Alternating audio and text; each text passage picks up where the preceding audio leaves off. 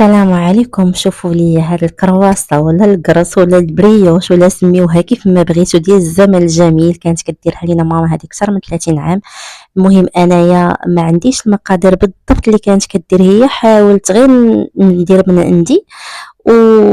وتفكرت الطريقه اللي كانت كديرها هي، راه كتجي بنينه بنينه ومفشفشه. المهم هنا خديت 500 غرام ديال دقيق الفورز، وخديت درت فيه شويه ديال الملحه، ساشا ديال فاني، خماره ديال الحلوى، وغادي ناخد واحد البيضه اللي غنخلي الصفر ديالها غنخدم به من بعد، والبيض غادي نديرو مع العجينه وكيبقى اختياري. داك البيض انا درتو غير باش ما يضيعش، درتو اختياري. نتوما كيبقى لكم زعما بغيتو ديرو تستغناو عليه ماشي مشكل، ولكن الصفر من بعد مهم غادي تخدموا به.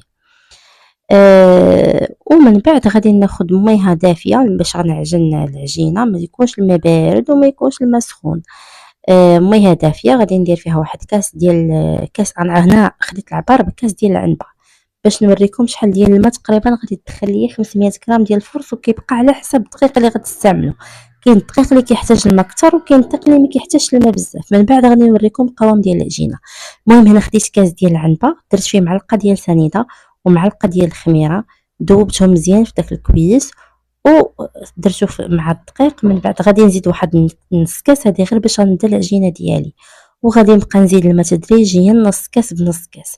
المهم انا 500 غرام ديال الدقيق راه خدات ليا تقريبا 2.5 كيسان ديال الماء، وتقدر تاخذ لكم حتى 3 الكيسان، لان القوام ما خصوش يجي خفيف، ماشي كيك، هذا خصو يجي بحال العجينه ديال المسمن.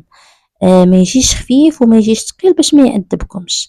غادي نخليها تعجن مزيان، دلكوها نتوما مزيان، ومن بعد غادي ندهنها بزويته.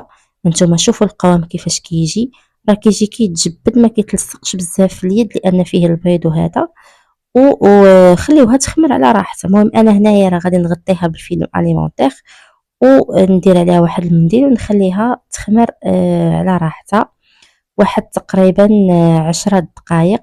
خاصها يتضاعف الحجم ديالها، وعاد من بعد غادي نخدمو بها. وهنا اختي ضربت واحد الحكه لسطح العمل باش ما تقولوش ليا في التعاليق كتخدمي على الرخامه.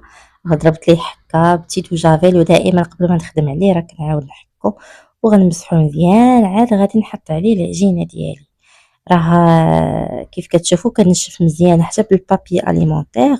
وهنا شوفوا كيفاش راه طلعت ضاعف الحجم ديالها. دابا غادي نحطها في سطح العمل ونقردها. مهم كتكوروها نتوما كوارات على حساب الحجم اللي بغيتو. انا هاد القياس هذا خرج ليا تقريبا 16 وحده، 16 الحبه. كديروا الكويرات بحال ديال المسمن وتخليوهم عاود يرتاحوا. الطريقه اللي عجبتكم اللي جاتكم نتوما مناسبه. شوفوا هاد الكرواسون ولا البريوش ولا الكروس ولا ما عرفتش بالضبط الاسم ديالها. المهم حنا كنا صغار كانت ماما كتقول لنا كرواسون. انا بصراحه كتجيني بحال شي بريوش وكتجي بنينه بزاف، كتجي بنينه. وليداتي راه كملوها في نهار زعما ما صبراتش كنديرها ما كتبقاش. مهم هنا كيف كتشوفوا راه كنقسم العجينه وكنكورها كويرات بحال ديال المسمن، ومن بعد غنخليها ترتاح واحد شويه هذا، وعاد نرجع نخدم بها. تقريبا كيف قلت لكم راه خرجت ليا 17 وحده بالضبط، لا خرجت ليا 15. خرجت ليا 15 الحبه وعاد غنخليها تخمر تقريبا نعاود واحد 10 دقائق ونعاود نخدم بها. ودابا غادي ندوزو باش نورقو الكرواسون ديالنا ولا البريوش. غادي ناخد واحد 125 غرام ديال زبده التوريق العاديه مارغرين اللي كنورقو بها آه لاباط فويتي ولا هذا ديال التوريق راه معروفه كتباع. غادي ناخد 125 غرام اللي غندوبها زويته. وناخد هذاك انا هنايا درتها اكسبري حيت بغيت نتفكر هذيك الايامات.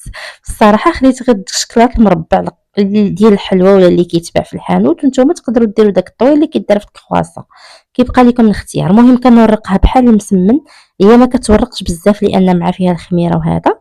غنورقها بحال المسمن، غندهنها. هانتوما كتشوفوا الطريقه غير بالصبعان، راه ساهله دغيا كتبرق ما كتاخذش لكم الوقت.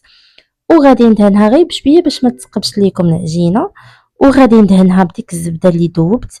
من بعد غنجمع الطرف الاول الجنب الاول على الجنب الثاني بهذه الطريقه، وغادي ندير الطريف ديال الشكلاط ديالي وغنجمعها بحال كي كتجمعي الملويه.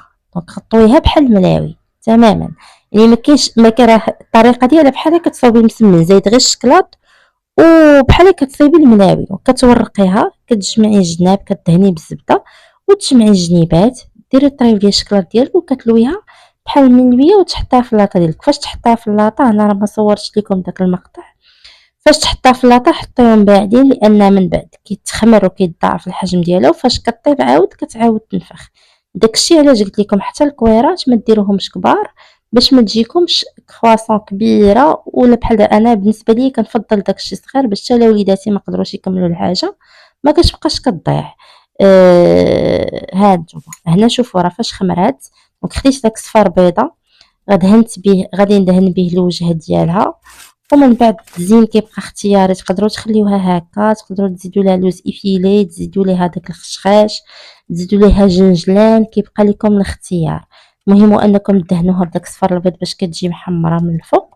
وفي هاد اللحظه قبل ما ندير هاد التخمير انا راه كنت مشعله الفران على 180 درجه، الفران شاعل من الفوق ومن التحت، وملي خمرات عاد دهنتها وعاد غنخشيها في الفران ونردو معها البال لانها كطيب بسرعه بالزربه كطيب. الا كان الفران سخون دغيا غطيب لكم ما تغفلوش عليها.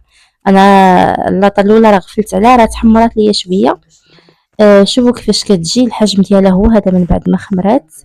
ما تنسوش ديال الاشتراك في القناه وتفعيل الجرس باش يوصلكم دائما الجديد. هذا هو القوام النهائي، شوفوا كيفاش كتجي. هنا راه كتحمر دغيا، كتجي مفشفشه، كتجي شبعانه شكلاط من الداخل، مورقه، وليداتكم ما غيشبعوش منها. كنتمنى الوصفه ديال اليوم تكون نالت الاعجاب ديالكم. شكرا على المتابعه والى الفيديو القادم ان شاء الله.